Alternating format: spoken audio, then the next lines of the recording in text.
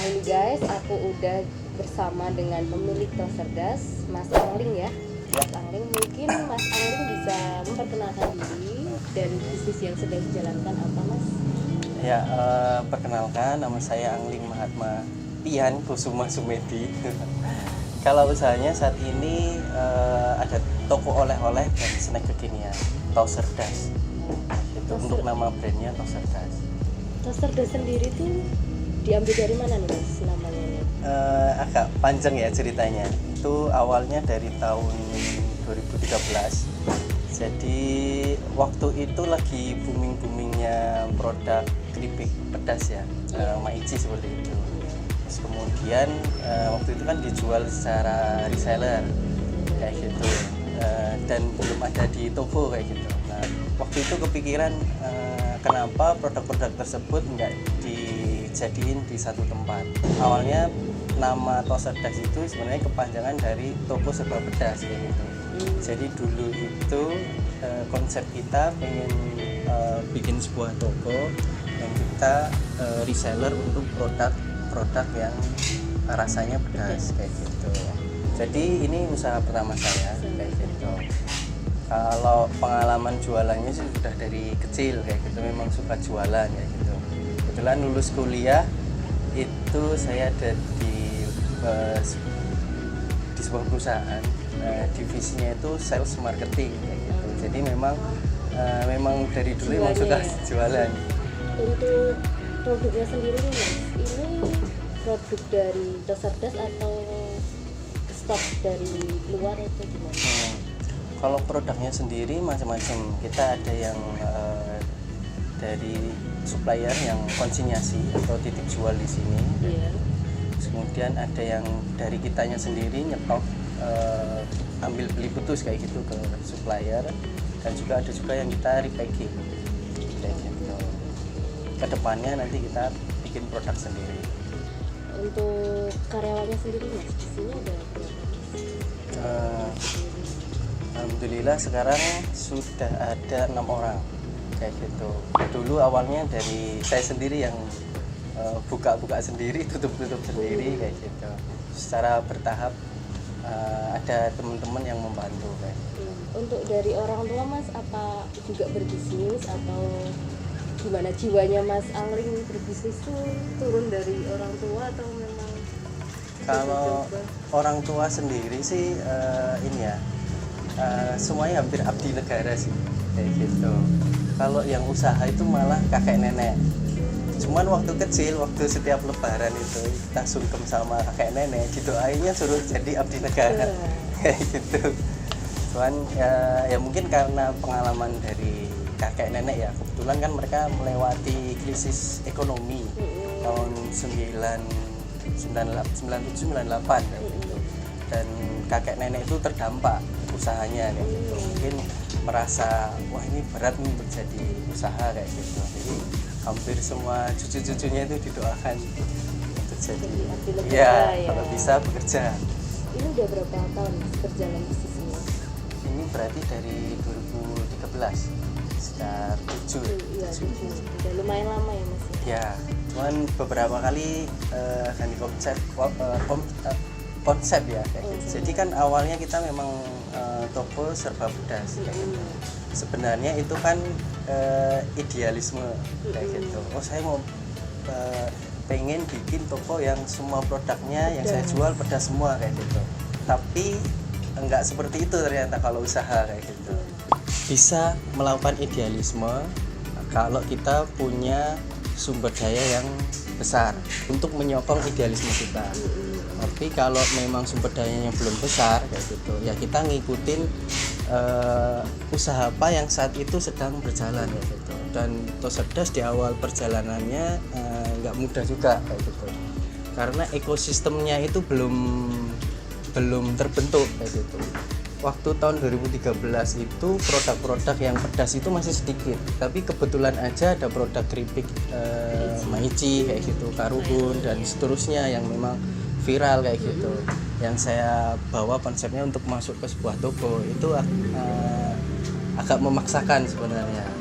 Ketika ada supplier datang dia mau istilahnya nitipin gitu atau mau konsinyasi, cuman dia nggak ada variasi rasa yang pedas kayak gitu. Nah waktu itu belum bisa masuk, saya mintanya tolong dibuatkan yang variasi pedasnya kayak gitu. Tapi berapa pengambilannya kayak gitu kan, pertanyaannya supplier seperti itu. Saya buatin yang pedas bisa mas, tapi pengambilannya berapa kayak gitu. Nah di situ ada ketidaksesuaian kayak gitu.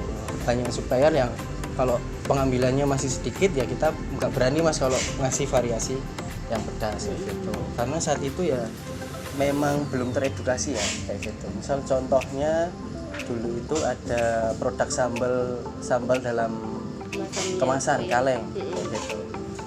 Produk itu kalau sekarang orang udah biasa familiar sambal dalam botol kayak gitu. Tapi di tahun saya pertama kali buka, ya ketika tahu ini harga berapa mas kayak gitu, ini harga sekitar 25 sambal dalam kemasan. Wah lebih baik saya nyambel sendiri aja, itu harga 25 bisa dapat sekarung cabe kayak gitu. Seperti itu. Jadi saat itu memang untuk di Solonya sendiri ekosistemnya itu belum terbentuk, baik dari suppliernya yang bikin produk dengan varian pedas maupun dari konsumen sendiri yang mereka belum mau mengeluarkan uang lebih untuk produk-produk yang seperti itu. Iya sih mas, seiring berjalannya zaman tuh kayak orang-orang pengen yang simple. Jadi sekarang sambil beli yang gitu. Ya, dulu ada namanya abon cabe ya. Setahu saya merek pertama abon cabe di Indonesia itu Ninoy waktu itu. Ninoy. Ya. Nah mereka itu saya bawa ke sini kayak gitu. Ya tanggapannya sama juga. Ini wong yang kalau ada pembeli atau konsumen yang datang ke sini ya wong yang seger aja ada, ngapain beli yang keringan kayak gitu. Padahal kalau sekarang orang udah biasa banget produk tersebut. Yang paling banyak dicari orang, ya, banyak dibeli orang. Kalau di tempat saya setelah dulu itu saya awalnya konsep toko serba pedas kayak gitu, ternyata hasil evaluasinya kurang berjalan dengan baik. Akhirnya saya konsep ke toko oleh-oleh dan snack kekinian kayak gitu. Nah alhamdulillah berjalan lebih baik. Kalau untuk oleh-olehnya untuk saat ini yang banyak diinginkan membeli itu untuk varian lauk pauk ya, mungkin karena masa pandemi banyak di rumahnya gitu. Mereka butuh yang simpel-simpel kayak gitu, tahu untuk dikirimkan ke teman, orang tua dan seterusnya kayak gitu. Tapi kalau untuk snack kekinian best sellernya seperti masih sama dari dulu sih, makaroni kayak gitu, terus milidi, bakso goreng seperti itu. Ada nggak sih mas pengalaman unik nih dari pelanggan, dari customer, atau kritik dari mereka, atau pengalaman unik lucu gitu mas? Ada nggak? Kalau pengalaman unik ada sih kayak gitu. Ada pelanggan itu yang dari toko pertama kali buka sampai sekarang masih jadi pelanggan dan jadi teman. Terus jadi ya seperti itu, bahkan sekarang malah jadi teman kayak gitu. Seperti itu sih. Untuk anak-anak muda di luar sana, ada tips and trick gak yang mau buka usaha atau yang lagi baru banget menjalankan usaha? Gitu. Yang pertama itu lebih baik riset pasar dulu kayak gitu. Jadi kira-kira mau jualan apa itu jangan hanya berdasarkan wah kayak ini barangnya produknya bagus dan seterusnya. Selalu untuk usaha yang baru ikuti di mana uang itu mengalir, follow demand. Jadi ibaratnya sekarang trennya apa kayak gitu, orang lagi butuh apa kayak gitu, kita sediain, kita jadi solusinya kayak gitu. Jangan ikut idealisme dulu kayak gitu. Idealisme itu contohnya saya pengen, ini misal ya kayak gitu, misal saya pengen jualan produk-produk vegetarian kayak gitu, sementara ekosistemnya, lingkungannya belum terlalu kayak gitu, belum terlalu membutuhkannya saat ini kayak gitu. Nah itu nanti akan banyak godaan sih kayak gitu. Bisa juga latihan melalui jadi reseller kayak gitu. Sekarang kan banyak tawaran untuk jadi reseller, keagenan dan seterusnya. Itu bisa dimanfaatkan untuk melatih kita bagaimana kita jualan kayak gitu, bagaimana kita menemukan marketnya kayak gitu. Ketika nanti sudah jadi reseller lancar, kemudian sudah tahu pasarnya seperti apa, kebutuhannya seperti apa, nah itu nanti bisa apa istilahnya mulai naik lagi kayak gitu. Misal punya produk sendiri, punya jasa sendiri dan seterusnya. Terima kasih untuk waktunya udah mau ngobrol sama kami. Untuk mungkin bisa promosiin ada sosmed dari Toserdas ini, Mas.